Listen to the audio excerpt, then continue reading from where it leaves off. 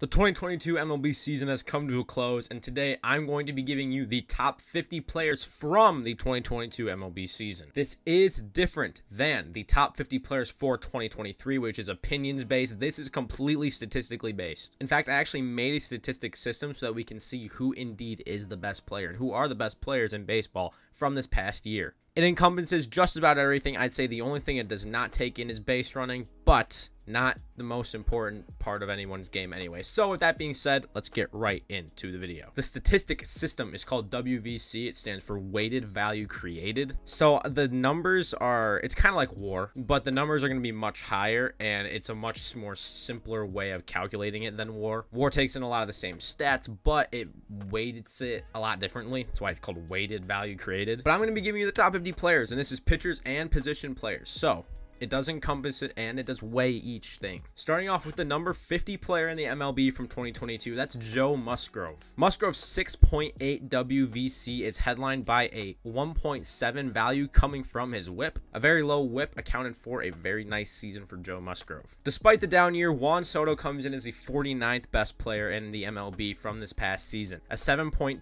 WVC headlined by his OPS plus that carried him to a 4.9. That headlines his 2022 season, in which he picked up the 7.2 WVC. The 48th best player in the MLB was Francisco Lindor, who was headlined by his RBI total, which gave him 2.9. And funny enough, despite him being considered a very good defender, actually was a negative defender as far as DRS is concerned. The 47th best player in the MLB I have is Ty France, who was headlined by his batting average, which gave him 2.6, and his OPS plus, which also gave him 2.6. His total value is 7.5. Garrett Cole comes in as the 46th best player in the MLB with a 3.3 from his games started, as well as his whip giving him 2. He had a 7.9 WVC this year. Tristan McKenzie comes in as the 45th best player, who comes from his whip, which had a 2.1. He had an 8 WVC from this year. Luis Castillo comes in as the 44th best player in the MLB from this year with an 8.4 WVC. His FIP gave him a 2.1, which headlined his 2022 season. Trust me, it's just a coincidence. Another pitcher, Aaron Nola, is going to be coming in as the 43rd best player from this season.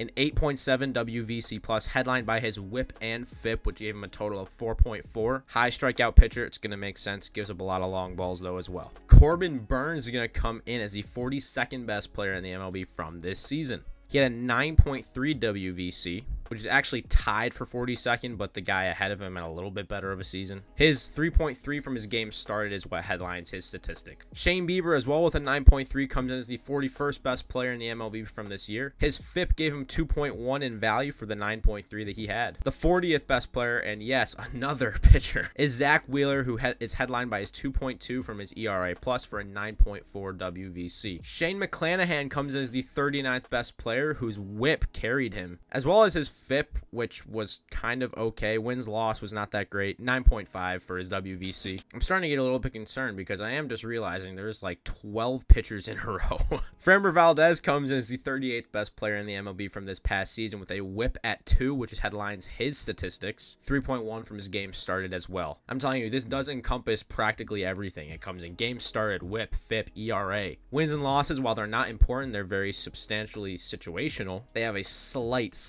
value in this. Zach Gallen comes in as the 37th best player in the MLB from this year, who's headlined by 2.9 value coming from his ERA plus. Spencer Strider comes in as the 36th best player in the MLB from this year, whose FIP gave him 3.2 in value for a 10.5 WVC plus. High strikeout guy, once again, struck out just a ridiculous amount of guys. Tyler Anderson comes in as the 35th best player. He's hitting the open market this free agency as well. His ERA gave him 3.2 in value for a 10.7 WVC plus. Nestor Cortez Jr. comes in as the 34th best player. His whip giving him 2.3 gave him the total of 10.8. That headlined his stats. Max Scherzer comes in as the 33rd best player from the MLB from this year. His ERA gave him 3.5 worth of value for the 11.1 WVC that he had. Dylan Cease comes in as the 32nd best player in the MLB from this year. His low ERA gave him 4 points worth of value for the 11.4 that he had, which is actually tied for number 31 Alek Manoah comes in. His ERA as well at 3.7 carried his statistics. He had 11.4 as well. Sandy Alcantara comes in as the 30th best player in the MLB from this year. His ERA gave him 3.9 worth of value. I'd say his whip and FIP were relatively average for this list. That's why he's not higher up. He had 11.6 WVC this year. Finally, getting a break from some pitchers, Carlos Correa comes in as the 29th best player from this past year. A guy who quietly was really good. He had 11.6 WVC as well. His batting average gave him 4.1. His OPS plus was as well very good. That's what headlined his stats. Rafael Devers comes in as the 28th best player from this past season. On a slumping and really slow-moving Red Sox team, he was still able to come out with 11.7 WVC. His batting average gave him 4.5, and funny enough, his DRS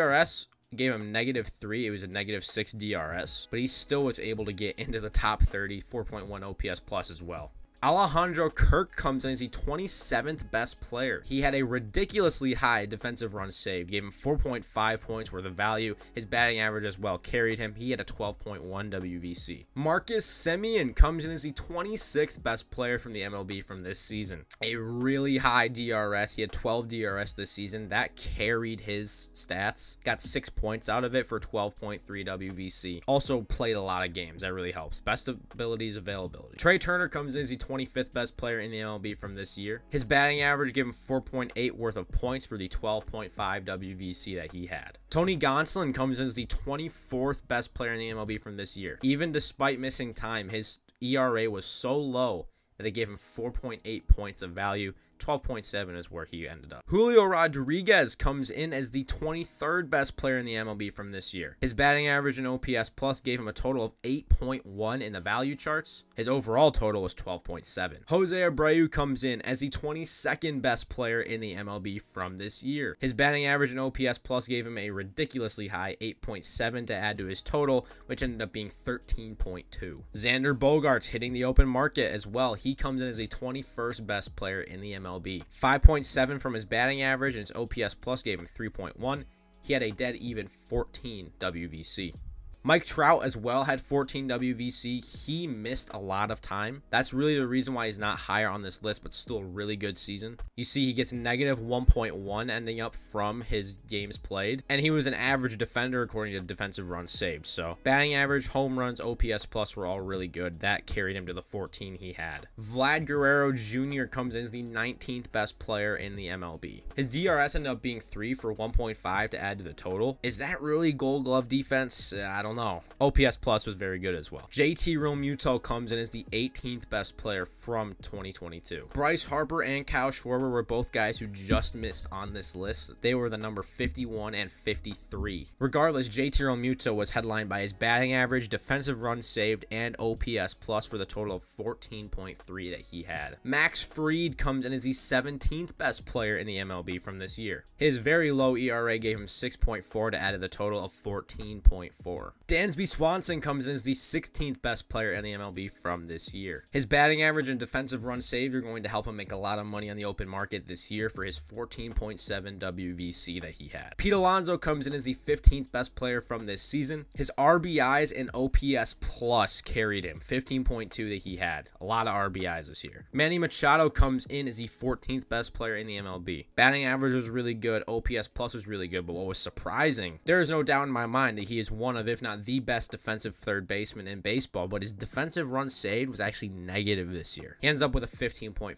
WVC. Steven Kwan comes in as the 13th best player in the MLB from this year. I'm going to tell you this right now, a very good combo to get high up on this list is to be a good contact hitter with good defense. You're going to see a lot of those types of guys on this list in the next coming 10 or so. Well, Steven Kwan just did that, and he had a 15.9 WVC plus. Kyle Tucker comes in as the 12th best player in the MLB from 2022. His DRS did very much headline his stats, 6.5 from that. He had a 16.4 in the end of it. Jose Ramirez comes in as the 11th best player from 2022. His RBIs and OPS plus gave him the 16.7 WVC that he has. Jeff McNeil comes in as the 10th best player from 2022. As I said, contact defense. 7.6 from batting average and 3.5 from DRS. Gave him a 16.9. Freddie Freeman comes in as the 9th best player from 2022. Batting average and OPS plus did very much carry him. He had a 17.7. Very solid season. Mookie Betts, his teammate, comes in as the 8th best player from 2022. A 7.5 defensive run save definitely headlined his stats. OPS plus was very high as well. He had nothing in the negatives. 17.8, barely beating out Freeman. Justin Verlander comes in as the 7th best player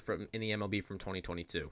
His ERA was really, really low. It gave him 11 points. He had a 20.3. You're going to start to see jumps go way higher now. Andres Jimenez comes in as the 6th best player. What a season. Batting average, defensive runs saved, OPS plus. 20.5 WVC plus. Yordan Alvarez comes in as the 5th best player. Now, this is where it gets really, really like pristine. Batting average, defensive runs saved, OPS plus. I mean, that's what you're going to have to be in this top 5. He had a 21.9 WVC plus. Paul Goldschmidt comes in as the 4th best player from this year. Batting average, RBIs, OPS plus gave him the 23.1, but his defense actually was not as good as the guys ahead of him.